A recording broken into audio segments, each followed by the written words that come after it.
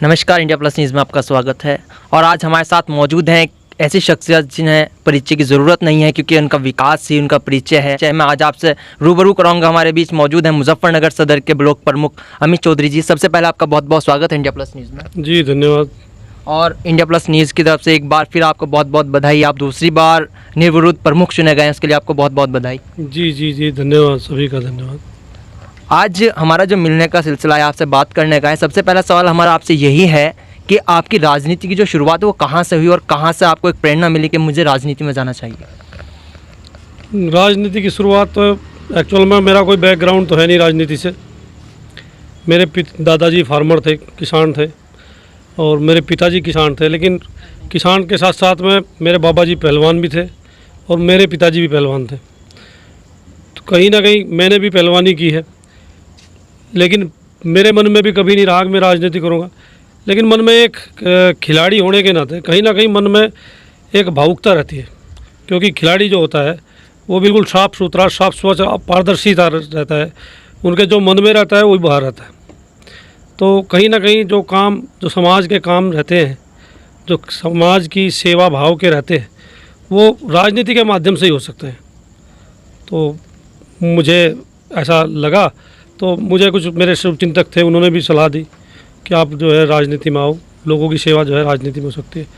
तो मैं इस तरफ अपना रुख किया और आप लोगों के माध्यम से समाज ने मुझे इतना प्यार दिया कि मुझे ब्लॉक प्रमुख बना दिया। मैं तो कभी ये भी नहीं सोचा मुझे कोई गांव का प्रधान बनाएगा, लेकिन कहीं ना कहीं लोगों ने मुझे प्रमुख बनाया। चलो पहली बार प्रमुख बनना कोई बात नहीं, सिंपैथी में लोग बना देते हैं। लेकिन दूसरी बार इतने बड़े ब्लॉक का प्रमुख, 185 बीडीसी हैं और प्रदेश में दूसरे या तीसरे नंबर का ब्लॉक सदर ब्लॉक मुजफ्फरनगर है। तो कहीं ना कहीं लोगों का प्यार मिला तो दोबारा से। अच्छा, पिछली योजना में आपने काफ़ी काम कराया। और लोगों का अगर देखा जाए तो मुजफ्फरनगर के अंदर जो युवा हैं, युवा की आप बड़ी पहचान है और बड़ी पसंद है। काफ़ी युवा आपको फॉलो करते हैं। तो इसके बाद युवाओं के लिए आपने क्या सोचा हुआ है, किस तरह का आप और डेवलपमेंट करना चाह रहे हैं मुजफ्फरनगर के सदर ब्लॉक में? चूँकि मैं खिलाड़ी परिवार से हूँ, बहुत बड़ा खिलाड़ी तो मैं बन नहीं पाया। एक कसक रहती है यहाँ, जो इस मुजफ्फरनगर की जो मिट्टी है, इसमें एक अपनी ताकत है, अलग ही ताकत है। चाहे वो अगर क्राइम की दुनिया में रहता है तो क्रिमिनल भी बहुत बड़ा ही बनता है, और क्रिमिनल अगर जो बड़ा बनता है तो वो जीदारी से बनता है। लेकिन सिर्फ और सिर्फ दिशा डाइवर्ट करने वाली बात है। दिशा डाइवर्ट हो, अगर हमारी दिशा उस क्राइम से हटके और हमारे युवाओं की दिशा गेम्स पे या किसी और अच्छी दिशा में लगे, तो वो ताकत वो दुगनी तरीके से काम करेगी। यानी कि जो लोग एक साइड में क्राइम की साइड जो है, उन्हें वहाँ उस साइड ना होकर के एक खेल की दुनिया में कदम रखें और मुजफ्फरनगर का नाम ऊंचा करें। आपका ये मकसद है मेनली? बिल्कुल बिल्कुल बिल्कुल, मेरा यही मकसद है। क्योंकि हमारे युवा एक अलग सा, मतलब एक अलग ही बात है यहाँ की मिट्टी में।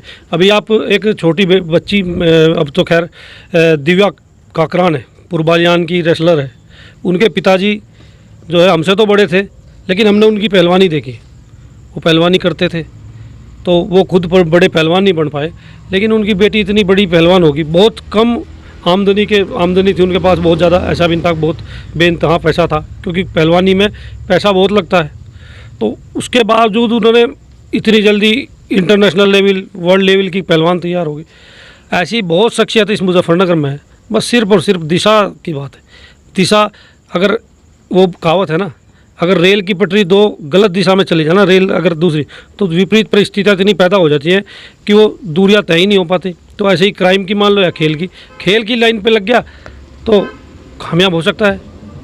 मतलब आपका अगर हम बात करें युवाओं के लिए, मेनली जो आपका फोकस रहेगा वो ये रहेगा कि जो ज़्यादा से ज़्यादा युवा हैं वो खेल की ओर ज़्यादा ध्यान दें और ज़्यादा खेल की फील्ड में ज़्यादा जाएं। मेनली आपका फोकस ये रहेगा युवाओं के लिए।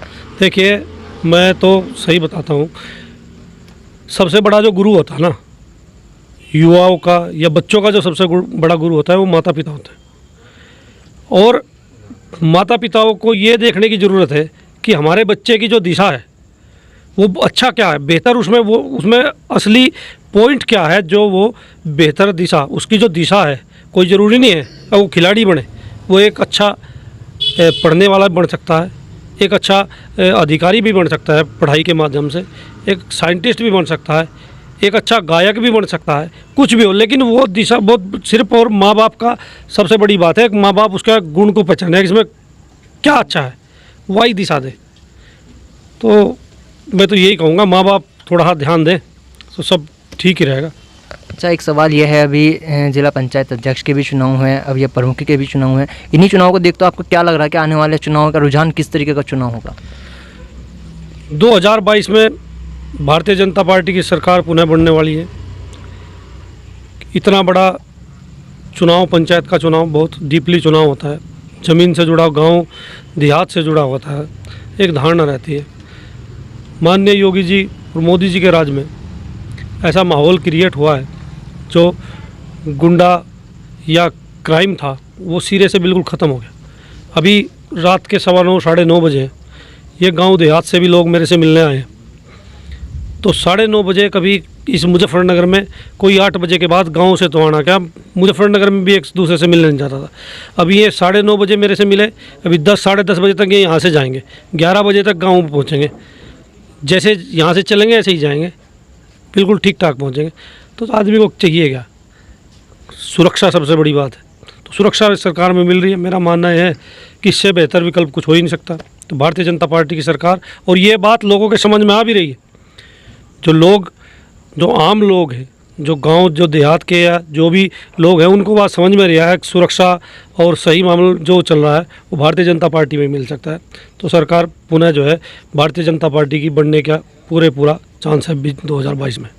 अच्छा, आप जब से दूसरी बार आपको ब्लॉक प्रमुख चुना गया है, इस बार आपने लास्ट टाइम भी काफ़ी डेवलपमेंट किया, लेकिन इस बार कुछ अलग क्या करने का इरादा आपका? किस सदर में किस तरीके का कार्य, विकास के नाम से ही आप जाने जाते हैं कि आपने काफ़ी विकास किया, तो आपके कुछ नया करने का क्या है आपका प्लानिंग? असल में विकास का कार्य ऐसा रहा है मेरा, पिछले मेरा 2015 से या 2016 से मेरा 2021 तक का कार्यकाल रहा, तो प्रमुखों पे निधि बहुत कम आई, हम पे राज्य वित्त आया। जो हमारा 15वां वित्त जो सेंट्रल गवर्नमेंट से आता था वो सीधा हमें ना मिलके वो डायरेक्ट प्रधानों को गया, तो हम पे पैसे के नाम पे बहुत कम पैसा आया। और जितना भी काम मैंने सबका साथ सबका विकास की अपना करके सबको बराबर काम किया। अब जिस भी सिस्टम से जो भी गाइडलाइन सरकार देगी उसी आधार पे जो भी बेहतर काम होगा वो करेंगे, और एहसास होगा लोगों को कि काम अच्छा हुआ है और सब लोग इसको अच्छा मानेंगे। मेरा यही संकल्प रहेगा इस बार भी। अभी आपने कहा कि एक सवाल और रहेगा मेरा आपसे कि बच्चों के जो माँ बाप है, जो पेरेंट्स हैं, सबसे पहले शिक्षक वही होते हैं, तो आप हमारे चैनल के माध्यम से बच्चों को और बच्चे के जो माँ बाप हैं उन्हें क्या मैसेज देना चाहेंगे उनके भविष्य के लिए? देखिए, मैं तो निवेदन करना चाहता हूँ माँ बाप से भी। आज की हमारी युवा पीढ़ी आबो हवा, दिखावा, उसमें बहुत ज़्यादा डाइवर्ट हो रही है, जबकि उसका समय नहीं है। अभी तो एक लड़का, एक बेटा, एक बेटी होती है, या 2 से ज़्यादा बच्चे, बहुत कम लोग जो हैं, जो पढ़े लिखे लोग हैं, बहुत कम जो है वो समझ गए इस बात को कि ज़्यादा बच्चों की जो है ठीक नहीं है, वो नहीं ठीक है। उनको हर चीज़ का एहसास, समाज संस्कार, पहले क्या था, 3-4 भाई होते थे, ताऊ भी होता था, वह बड़े हो गए ताऊ भी बनते थे, चाचा बनते थे, मौसी भी, कई रिश्ते ख़त्म हो चुके हैं। और उन रिश्तों को अगर जागृत करना है ना तो समाज में बैठाना पड़ेगा। और पहले कहाँ मीडिया थी, अखबार आते थे दूर दूर, लेकिन जब बड़ों में बैठते थे ना तो सारे संस्कार बच्चों में ऑटोमेटिक आते थे। हम जैसे लोग जब हम छोटे थे अपने बाबा का हुक्का भरते थे और हुक्का भर के वहीं बैठ जाते थे, तो वे चीज़ें हमें वहाँ से मिलती थी। तो युवाओं को सबसे बड़ी बात यह है, समाज का में रह के समाज को, इस आईने को समझना बहुत बड़ी बात है। मैथमेटिक्स के बहुत से क्वेश्चन ऐसे हैं जो हमें पढ़ाए जाते हैं लेकिन वे जीवन में हमारे काम नहीं आते। उसका क्या कारण है? उसका कारण है इस दिमाग का विकसित करना, और दिमाग का विकसित करना इस समाज के आईने को अच्छे से समझना और समझ के उसे यूज़ में लेना, उसे अच्छा क्या है बुरा क्या है। लोग कहते हैं धर्म क्या है धर्म, क्या है धर्म, आप डेफिनेशन धर्म की, अच्छे और बुरे में फ़र्क ही धर्म है कि ये अच्छा है बुरा है। तो यही बात हमारे युवाओं के लिए मैं तो यही कहूँगा कि इस समाज के आईने को अच्छे से समझ के संस्कारवान बच्चों को बढ़ाएं, क्योंकि जीवन का सबसे बड़ा धन पैसा धन दौलत नहीं है। बच्चे संस्कारवान हो, बच्चे चरित्रवान हो, बच्चे माँ बाप को महसूस करें हमें भी माँ बाप बनना है। मैं तो बस आपके चैनल के माध्यम से यही सभी से जो है निवेदन भी करूँगा कि अपने बच्चों को अच्छे संस्कार दें, अच्छे लोगों के उसकी सोसाइटी देखे, वो बैठना उठना कैसे कहाँ है, तो यही धन है, इससे बड़ा धन नहीं। हमारे गांव में एक बहुत गरीब है, मैं नाम तो नहीं लूँगा, बड़े गरीब है बेचारे, बुजुर्ग हैं, उनका बेटा एक बहुत बड़ी नौकरी पे है, बहुत बड़ी जॉब पे है, लेकिन वो संस्कार देने भूल गए। 95 प्लस एज है दोनों दंपत्ति की, आज लड़का उनको पूछता भी नहीं। क्या करोगे इस धन का? इस दुनिया में अगर आए हो ना, ये धन दौलत ठीक है, जीविकोपार्जन के लिए ठीक रहता है, लेकिन ऐसा नहीं अगर यही सब कुछ हो गया। हमारे संस्कार हमारा सबसे बड़ा गहना है, सबसे बड़ी दौलत है। तो संस्कारवान ज़रूर बनाएं। अगर आपका बच्चा संस्कारवान बन गया ना, तो उससे बड़ा धन धरती में कुछ है ही नहीं। तो ये आपने देखा, ये हमारे मुजफ्फरनगर के सदर ब्लॉक के प्रमुख अमित चौधरी जी हैं, और बातें कहते हुए अगर आपने भी देखा हो कि बहुत भावुक थे कि बच्चों को शिक्षा के साथ साथ घर के संस्कार, बड़ों में बैठने का सलीका भी होना बहुत ज़रूरी है। और इसी के साथ साथ आपने देखा, इन्होंने मेनली जो फोकस रहेगा इनका कि जो युवा हैं वो आगे बढ़ें, कहीं गलत रास्ते पर ना होकर के खेल की दुनिया में अपना कदम रखें, और उन्हें फुल सपोर्ट इनकी साइड से मिलेगी। मैं MS गौर अपने साथी तनवीर मलिक के साथ, India plus news. India plus news, सिर्फ वही जो सही।